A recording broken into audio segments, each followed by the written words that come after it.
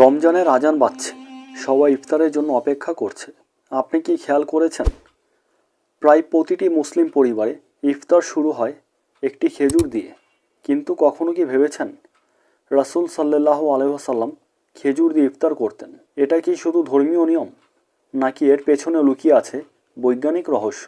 আজকের ভিডিওতে আমরা জানব রমজানে খেজুর খাওয়ার ধর্মীয় গুরুত্ব এবং এর অবিশ্বাস্য স্বাস্থ্য উপকারিতা।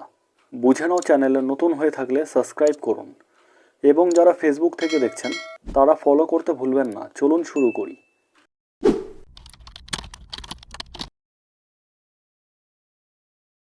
হাদিসে এসেছে, রাসূল সাল্লাল্লাহু আলাইহি ওয়াসাল্লাম ইফতার করতেন তাজা খেজুর দিয়ে। যদি তাজা খেজুর না থাকতো তাহলে শুকনো খেজুর দিয়ে ইফতার করতেন। আবু দাউদ। এটা শুধু একটি খাদ্য নয়, এটা একটি সুন্নত।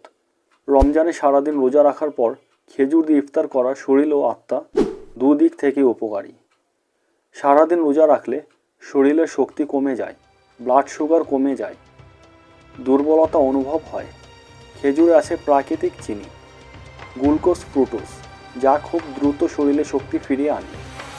এই কারণেই খেজুর দিয়ে ইফতার করলে শরীর ধীরে ধীরে স্বাভাবিক অবস্থায় ফিরে আসে। রোজার সময় অনেকে অনুভব করেন মাথা ঘোরা, ক্লান্তি, মনোযোগ কমে যাওয়া। খেজুরে থাকা ভিটামিন ও মিনারেল শরীরকে দ্রুত রিকভার করতে সাহায্য করে। তাই ইফতারে খেজুর খেলে দুর্বলতা অনেকটাই কমে যায়। রমজানের খাবারের সময় পরিবর্তন হয়। অনেক সময় অতিরিক্ত ভাজা পোড়া খাওয়ার কারণে হার্টের সমস্যা দেখা দিতে পারে। খেজুরে থাকা পটাশিয়াম ও ম্যাগনেসিয়াম রক্তচাপ নিয়ন্ত্রণ করে, হার্টকে শক্তিশালী রাখে। রমজানে স্বাস্থ্য ঠিক রাখতে খেজুর হতে পারে নিরাপদ খাবার। রমজানে শরীর দুর্বল হয়ে গেলে রোগ হওয়ার ঝুঁকি বাড়ে। খেজুরে থাকা অ্যান্টিঅক্সিডেন্ট শরীরকে রোগ থেকে রক্ষা করে। নিয়মিত খেজুর খেলে ইমিউনিটি সিস্টেম শক্তিশালী হয়। অনেকে শুধু ইফতারেই খেজুর খান, কিন্তু সাহারিতে খেজুর খাওয়া আরও উপকারী, কারণ খেজুর ধীরে ধীরে শক্তি দেয় এবং দীর্ঘ সময় ক্ষুধা কম অনুভব হয়। সাহারিতে 2 থেকে 3টি খেজুর সারাদিন রোজা রাখতে সাহায্য করতে পারে। রমজানে খেজুর খুব উপকারী হলেও অতিরিক্ত খাওয়া ঠিক নয়। ইফতারে 1 থেকে 3টি খেজুর যথেষ্ট।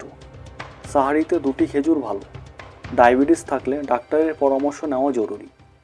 রমজান শুধু না খেয়ে থাকার নাম নয়, এটা শরীর ও আত্মাকে পরিশুদ্ধ করার মাস।